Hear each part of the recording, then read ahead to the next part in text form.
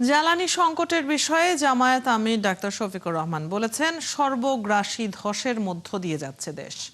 সরকার ভয় পাচ্ছে সঠিক তথ্য দিতে। তিনি বলেন, সংসদে সব তেল ঢুকে গেছে, তাই বাইরে তেলের সংকট দেখা দিয়েছে। বিকেলে মগবাজারে দলীয় কার্যালয়ে সহযোগী সংগঠন শ্রমিক কল্যাণ ফেডারেশনের জেলা মহানগর সম্মেলনে জামায়াত আমির এসব কথা বলেন।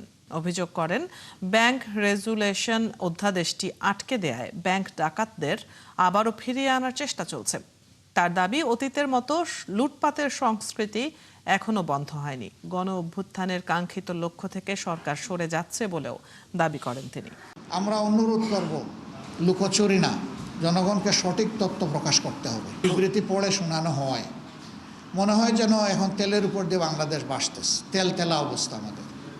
তা আমি বলি যে সব তেল সংসদে ঢুকে গেছে, বাইরে পাওয়া যাচ্ছে না।